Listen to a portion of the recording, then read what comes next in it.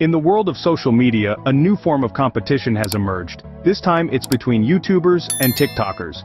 In a unique twist of events, these two groups are not battling it out over who can get the most likes, shares, or followers. Instead, they're trading in their screens for boxing gloves. That's right, folks, we're talking about an amateur boxing event pitting YouTubers against TikTokers. But just as the hype was building, an unexpected development arose. ByteDance, the parent company of TikTok, sent a cease and desist email to LiveXLive, the music streaming platform responsible for producing and streaming the event. The reasons? ByteDance cited unauthorized trademark use and safety concerns. They claimed that LiveXLive was using TikTok's brand without permission. But it wasn't just about the trademark. ByteDance also raised concerns about the event being COVID unsafe and violent in nature. This move by ByteDance has certainly thrown a wrench in the works. But what's interesting is the response from LiveXLive. The company's CEO has defended the event, stating that it's meant to be fun, energetic, and entertaining.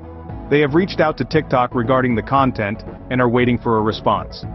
So, where does this leave the boxing event? Well, it's still set to take place, and the world waits with bated breath, eager to see how this unusual face-off will unfold. Will the boxing ring become the new battleground for social media superiority? Will ByteDance's concerns be addressed? And most importantly, who will emerge victorious, the YouTubers or the TikTokers? With the event set to take place soon, the world awaits the outcome of this unusual face-off. Influencer brand trips are a common practice in the industry, but recent events have cast a shadow over these glamorous getaways. Take, for instance, Tarte Cosmetics' recent brand trips, a long-standing tradition of the makeup company. For over a decade, they've been inviting influencers to indulge in luxurious accommodations and sample unreleased products. It's an influencer's dream, right? But not everything that glitters is gold. These seemingly perfect escapades have recently been marred by controversy and criticism. During a trip to Dubai, Tarte faced backlash for flaunting luxury amidst challenging economic times. The ostentatious display seemed tone-deaf, triggering a wave of disapproval online. But that's not the end of it. More recently, during trips to Turks and Caicos and the F1 Grand Prix in Miami, allegations of unequal treatment started to surface. Creators, particularly women of color, felt they were not treated on par with their counterparts. The dissatisfaction spilled over onto the internet, with creators sharing their experiences and calling out Tarte for their treatment. Tarte defended their actions, stating room assignments were based on practical aspects like check-in/checkout timings and accompanying guests. However, the allegations from creators like Bria Jones and Fanita Leggett, who felt slighted by the differential treatment, painted a different picture. This controversy brings to light a crucial question. Are these brand trips worth the potential negative publicity? The allure of luxury and exclusivity might draw influencers in, but at what cost? Brands need to consider the implications of their actions on not just their image but also their relationship with the very influencers they seek to impress. As the drama unfolds online, brands need to reconsider the trade-offs of these trips against potential negative publicity. The answer might not be as clear-cut as one might think, but it surely calls for a thoughtful discussion about the ethics of influencer marketing. In the quest for income stability, YouTube creators are turning to alternative sources of revenue. It's no secret that the digital landscape can be as unpredictable as it is exciting. This unpredictability can be a challenge, particularly when it comes to income. For many YouTubers, the quest for a steady paycheck has led them down a path of diversification. A few years back, around 2017, YouTube creators faced a significant challenge known as the adpocalypse. This event saw a drastic reduction in creators' income, causing many to reconsider their reliance on ad revenue alone. This was a wake-up call, prompting creators to seek out other avenues for income, avenues that offered more independence and stability. One of the ways creators are diversifying their income is through crowdfunding. Platforms like Patreon have become popular among creators, providing them with a way to earn a regular income directly from their fans. This method not only offers financial stability but also fosters a stronger connection between creators and their audience. Merchandise sales are another popular method for diversifying income. From t-shirts to mugs, posters to stickers, creators are coming up with creative ways to sell their brand. This not only provides an additional income stream, but also serves as a way for fans to show their support. Despite YouTube's assertion that creators are making more money than ever, the reality is that the majority of them do not make enough from ad revenue alone to break the US poverty line.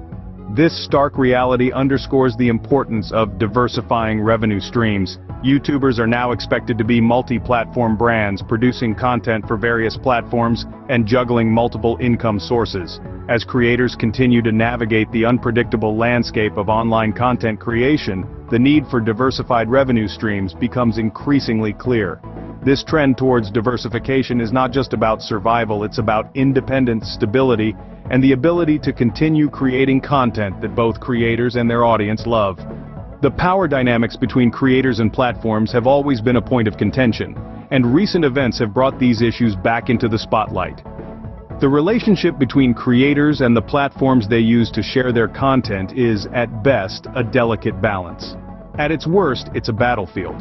Creators live in a constant state of anxiety, fearing their income stream could disappear overnight. This fear is not unfounded. It's rooted in their experience of arbitrary decisions made by platforms that have had significant impacts on their livelihoods. Take the apocalypse of 2017 on YouTube, for instance. A major shift in policy resulted in a drastic reduction in ad revenue for creators, leaving many scrambling to find alternate sources of income. While YouTube claims creators are earning more than ever, the truth is that the majority of them do not make enough from ad revenue alone to break the US poverty line. This financial uncertainty has led creators to diversify their revenue streams, seeking stability and independence. But there's something more profound happening here. Creators are beginning to question the power dynamics that have long been skewed in favor of the platforms. They're asking, who holds the real power? The platform that hosts content, or the creators who bring life and value to that platform? In pursuit of a fairer balance, some creators are taking bold steps. They're banding together, launching strikes, and even exploring unionization efforts. However, these initiatives have had only limited success so far. The power structures are deeply ingrained and change is not easily won. Yet despite these challenges, creators are nothing if not resilient.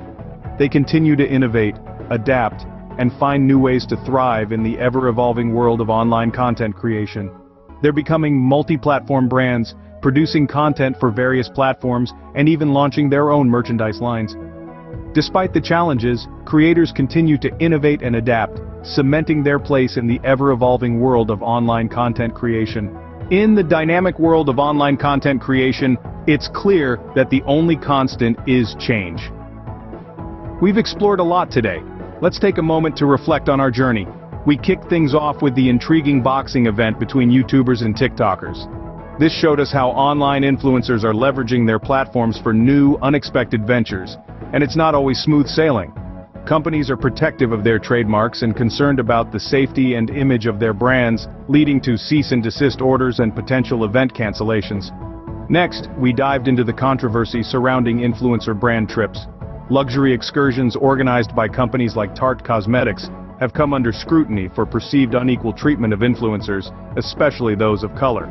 This controversy underscores the complex relationship between brands and influencers and the potential pitfalls of such partnerships. We then shifted our focus to the diversification of revenue streams by YouTube creators. The era of relying solely on ad revenue is waning as creators seek out more independence and stability. From crowdfunding to merchandise sales, creators are exploring different avenues to ensure their financial stability, showing us that adaptability is key in this ever-evolving landscape. Lastly, we delved into the power dynamics between creators and platforms.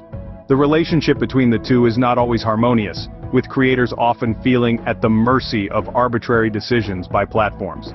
Efforts to rebalance this power dynamic, such as strikes and unionization, have seen limited success. But it's clear that the conversation is far from over. As we continue to watch these developments unfold, one thing is certain: the journey of content creators is far from over. It's a story of resilience, innovation, and the relentless pursuit of creative freedom.